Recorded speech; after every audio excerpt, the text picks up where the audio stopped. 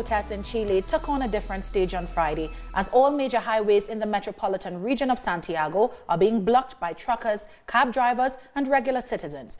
They came together under the slogan "No More Tag," referring to the system used for highway tolls. Protesters say toll prices are abusive and demand that the government remove the tolls completely.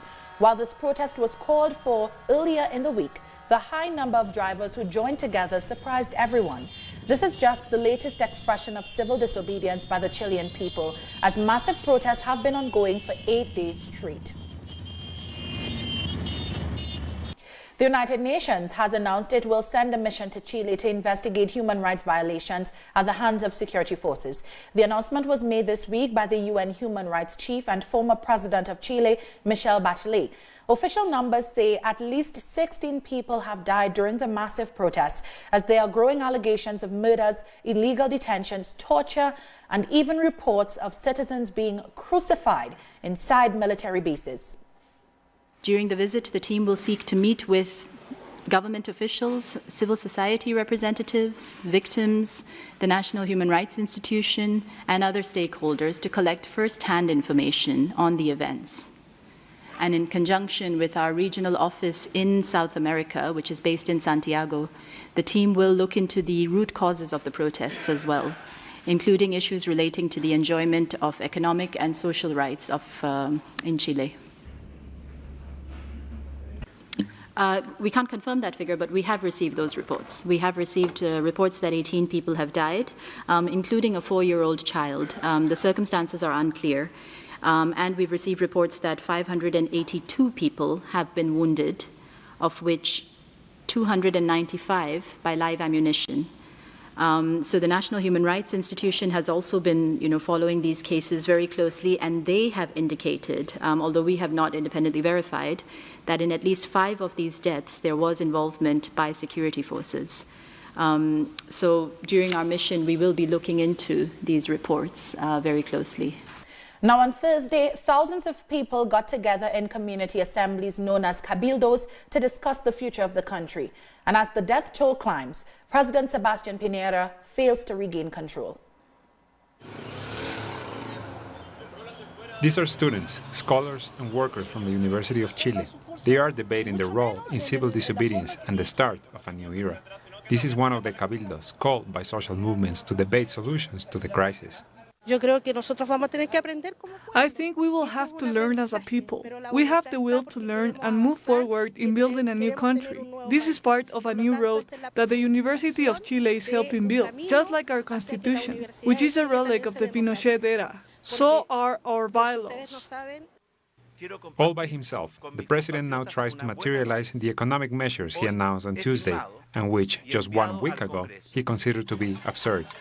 What he doesn't know, or refuses to discover, is that on the streets and plazas, the only words people want to hear out of his mouth are, "I quit." This is what we wanted to happen after 1988, but it never did. There needs to be a new constitution, the people demand it. We need to start the process now and listen to the people.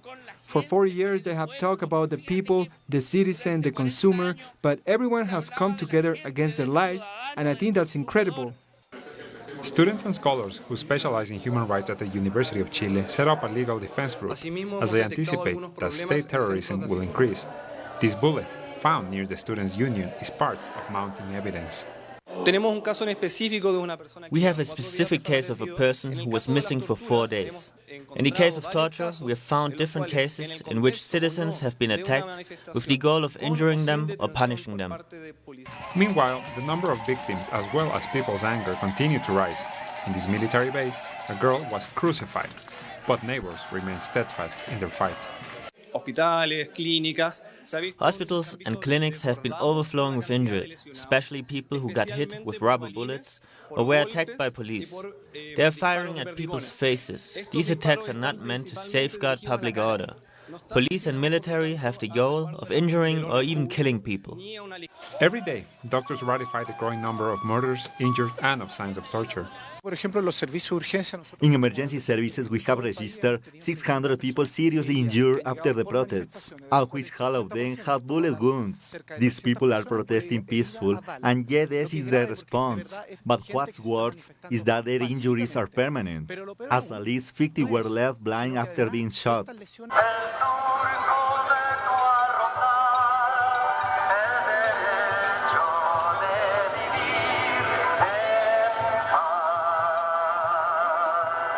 The voice of Victor Jara, the singer who was tortured and then shot dead in 1973, multiplies on the streets, and especially at night. Despite all the threats and violence, a strange joy permeates all of Chile.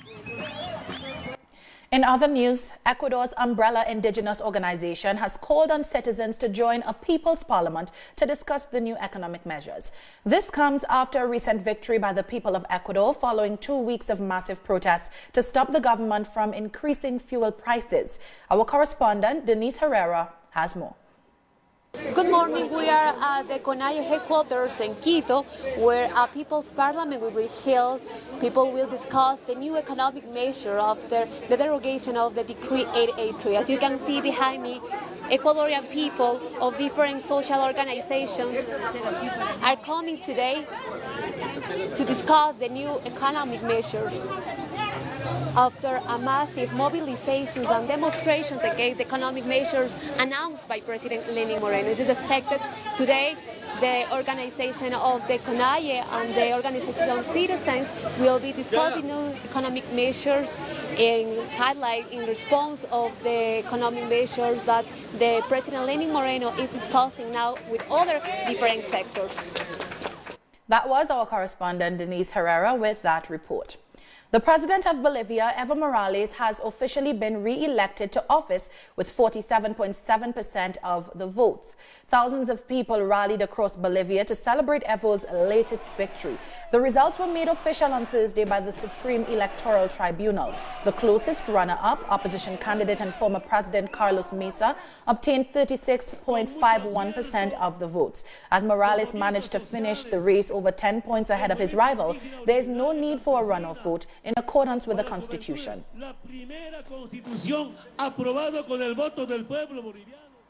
During an interview on Thursday night, President Morales hailed the role played by Bolivia's indigenous people in awarding him a new victory. In colonial times, we were threatened with extermination. In times of the Republic, we were discriminated against, subjected to a certain domination.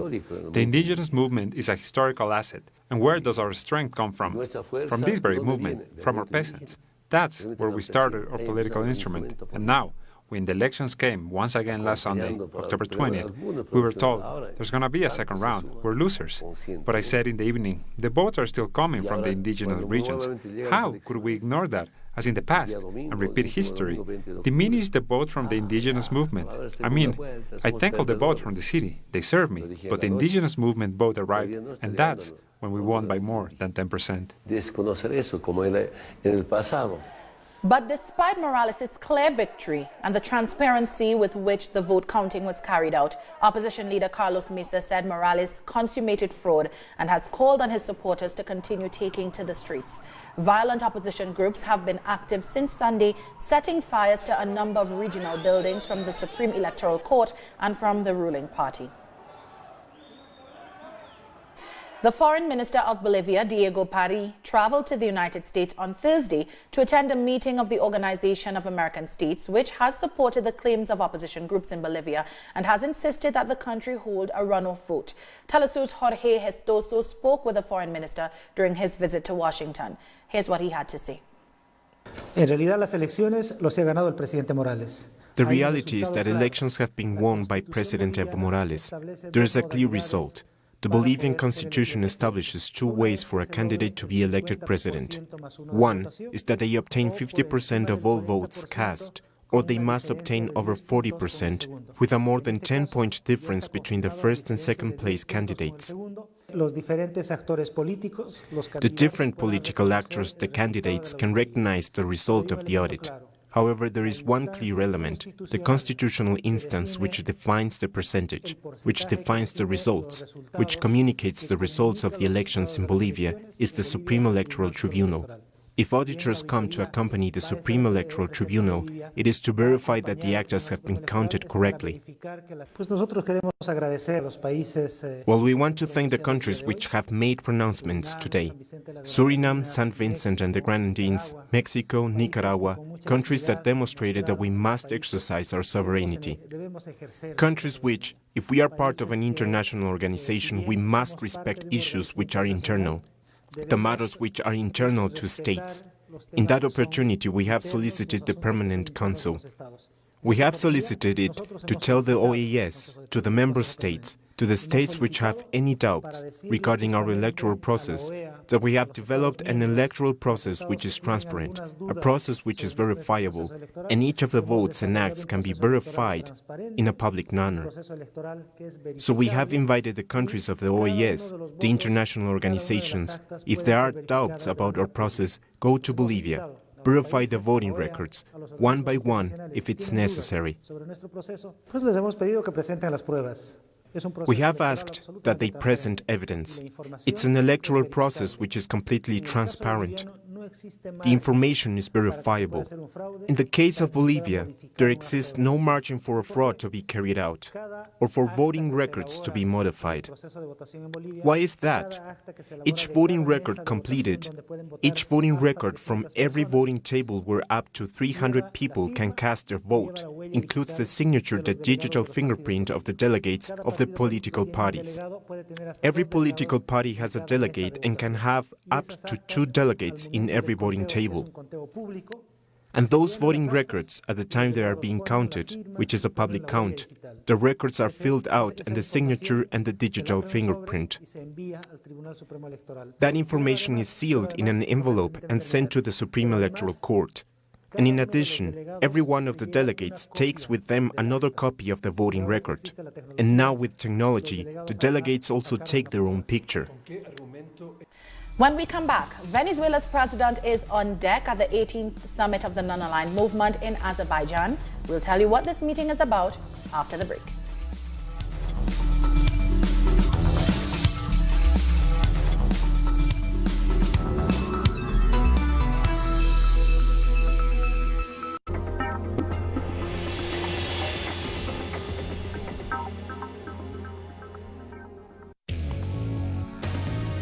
A review of the world news that investigates, incites analysis and induces criticism, because every event has a context. Pusimos el punto en la I. Dotting the I.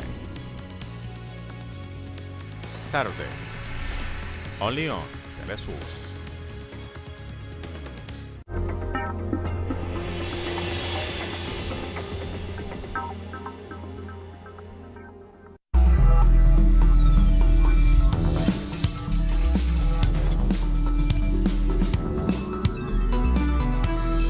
Welcome back. The 18th summit of the Non-Aligned Movement is underway in Baku, Azerbaijan, where Venezuelan President Nicolas Maduro will hand over the pro tempore presidency of the 120-country forum to his Azerbaijani counterpart Ilham Aliyev. During his speech at the opening of the summit, President Maduro highlighted the challenges Venezuela has overcome since 2016, when he took over as chairperson of the NAM. Un periodo difícil, turbulento. The period in which we have held the pro tempore presidency has been a difficult and tumultuous one, marked by uncertainty and the presence of monumental challenges, as well as by the imperialist policies of some superpowers that want to hurt the sovereignty and independence of nations, who want to attack peace, human rights, and our own development.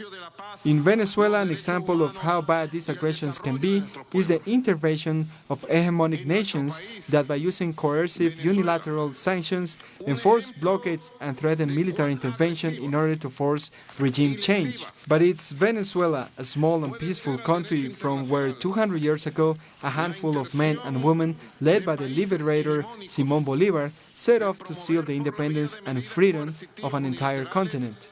Our people are a living example of resistance and unbreakable faith in a peaceful future. With great humility, we can say we have faced off against the most brutal empire in the history of humanity, with our unbreakable sovereignty and our ever-present disposition to remain free forever. Mexican President Andrés Manuel López Obrador has defended his national security strategy, following a number of criticisms by former presidents and right-wing media of his handling of a recent outburst of violence in the state of Sinaloa. On the streets of Culiacán, capital of northern state of Sinaloa, the reinforcement of security is clear. Days ago, 230 elements of the special forces of the Mexican army and 196 paratroopers arrived. Yes, we are using more elements here in the city to try and protect lives. The residents are trying to go back to normal after violence was unleashed by the attempt at detaining Ovidio Guzman Lopez, son of the former leader of the Sinaloa cartel, Joaquín El Chapo Guzman. However, the operation, which was ordered in order to extradite him, was stopped to avoid a massacre. The walls have holes. Since yesterday we have been fixing this because it looks like a war took place here. 97% of Sinaloans support the stoppage of this police operation, a belief echoed by experts like Jorge Castaneda Zavala, who talks about a change in the way of fighting insecurity. Their leaders appear to still be the focus of the justice system to stop their illicit dealings, but over the years we have seen this is a fallacy, because after capturing the leaders, their business continues, they actually become stronger. However, on social media, divisions over this topic is apparent. Voices from former president from the Conservative Party, Acción Nacional, like Vicente Fox and Felipe Calderón, argue that the government showed weakness with a problem that increased during their own administrations. They weren't actually fighting against organized crime. They weren't going against money laundering. They weren't standing up to white-collar crime, nor to the causes of poverty and inequality, which allow drug traffickers to thrive.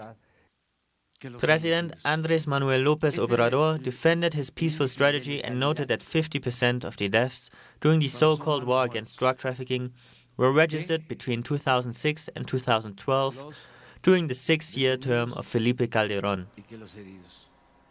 In Uruguay, everything is ready for general elections on Sunday, as citizens will head to the polls to elect a new leader to run the country for the next 5 years. Uruguayans will decide whether to extend the rule of the left-wing Broad Front Party, led by former Montevideo Mayor Daniel Martinez, or give their vote to the right-wing National Party, led by Senator Luis Lacalle Pou. In the case that no candidate receives more than 50% of the votes, a runoff will take place on November 24th. During the closing campaign rally of the Frente de Todos party in Argentina, presidential candidate Alberto Fernandez once again questioned the neoliberal policies applied by President Mauricio Macri. We have had 4 years of worries in Argentina. We have seen the closure of 43 companies per day. Between retirees or the banks, we choose the retirees. Between public education or the banks, we choose public education. Between public health or the banks, we choose public health. And between the workers or the banks, we choose the workers. And the vice presidential candidate Cristina Fernández de Kirchner stressed the importance of the upcoming vote on October 27th.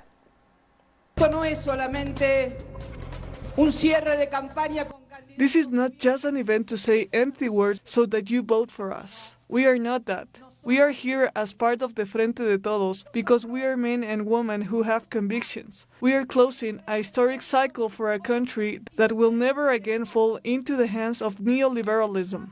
We want to avoid more pain for Argentinians. That's why we are together today, to say never again to these policies. Never again. Meanwhile, during the closing rally of the Juntos por el Cambio party, President Mauricio Macri insisted that voting for him is voting for a better country. Today, I want to ask you, and I want to hear you answer loud and clear, so that the entire country can hear. Do we want to vote for honesty? Do we want to confront criminal gangs and drug trafficking? Do we want an independent justice system? Do we want to say no to impunity? Of course we do, and it's because we do that we'll vote together on Sunday. Now, between December of 2015 and the second quarter of 2019, Argentina's external debt increased by $113 billion. Under the rule of President Mauricio Macri, Argentina's debt with the International Monetary Fund has increased as well, currently standing at 93% of the country's gross domestic product. 2 years after an exhaustive process of debt relief during the Kirchner's administration, Mauricio Macri's government signed a new loan from the IMF to the amount of $50 billion and extended it afterwards to $57 billion more. This is the highest amount the IMF has ever loaned to a country. The main reason to impose political and economic measures on the people, back in Argentina's history, the external debt increased enormously during the military dictatorship, where there was a genocide. All governments have tried to pay that huge debt since then. So this debt has an illegitimate and deceitful background. It was made only to put the country under the control of multinational corporations and banks. And once again, the IMF puts conditions on Argentina's policies. They will demand more labor flexibility, new labor reforms to lower working conditions, making labor force cheaper in order to benefit multinational corporations. They will also ask for a pension reform that would allow them to increase the age of retirement. And of course, they will continue making business using public funds with the big banks, with the big economic groups, with Donald Trump's investment funds, with the European Union, with the IMF and the World Bank. From the $44 billion dispersed by the IMF, $30 billion will be used to finance capital outflows, despite such an act being prohibited by the IMF's rules. The external debt should not be seen from one point of view only. It actually has two phases. On one phase, there's the debt contraction, which is common here in Latin America. On the other hand, there is the immediate outflow of capital. Many times that debt is only there to finance the outflow, and then the time comes when the people demand those outflows to be paid back. According to Nestor Ferrer, the government put up the country's natural resources and state-owned companies as a guarantee for the loan. Coming up, election results are in Botswana. Who will lead the country? Details after this.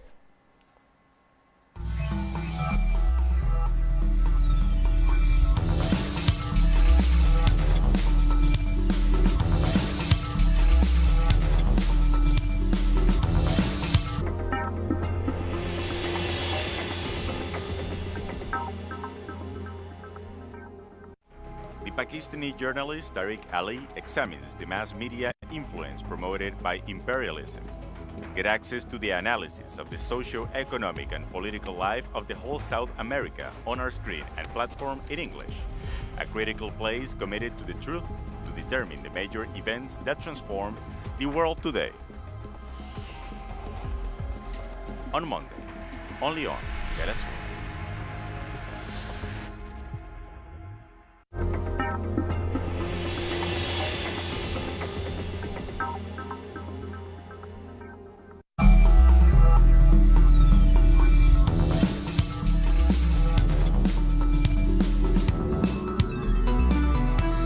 Welcome back.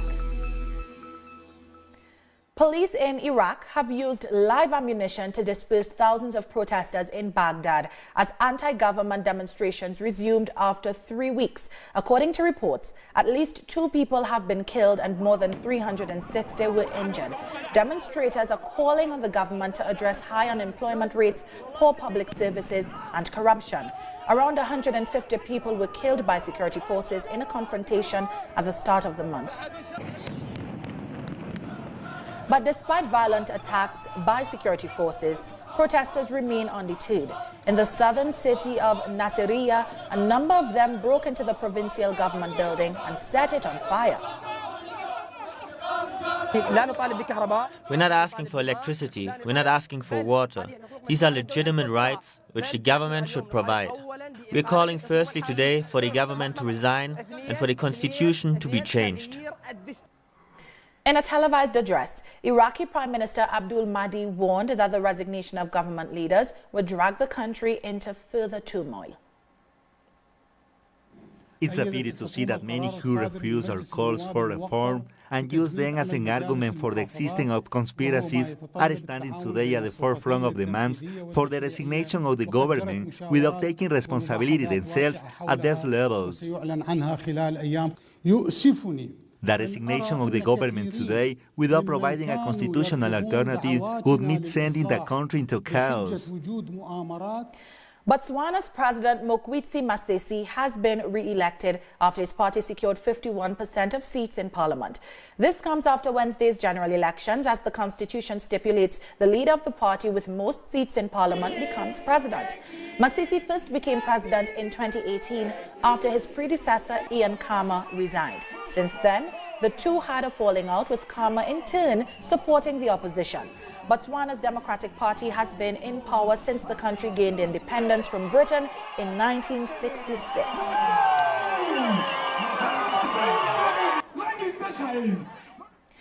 In Zimbabwe, the government has called for a march to demand the lifting of sanctions imposed by the United States and the European Union. The authorities have also declared Friday a public holiday and dispatched hundreds of buses across the country to ferry people to Harare. According to the government, these sanctions are illegal and stem from the US and EU unfairly taking sides in a diplomatic dispute between Zimbabwe and the United Kingdom concerning the takeover of white-owned farms. And with that, we've come to the end of this news brief. You can find these and many other stories on our website at telesurenglish.net. For our viewers in Africa, remember you can find us on Starsat Channel 461 in South Africa and Channel 539 in Nigeria. And join us on social media. For Telesur English, I'm Doris Polo. Thank you for watching.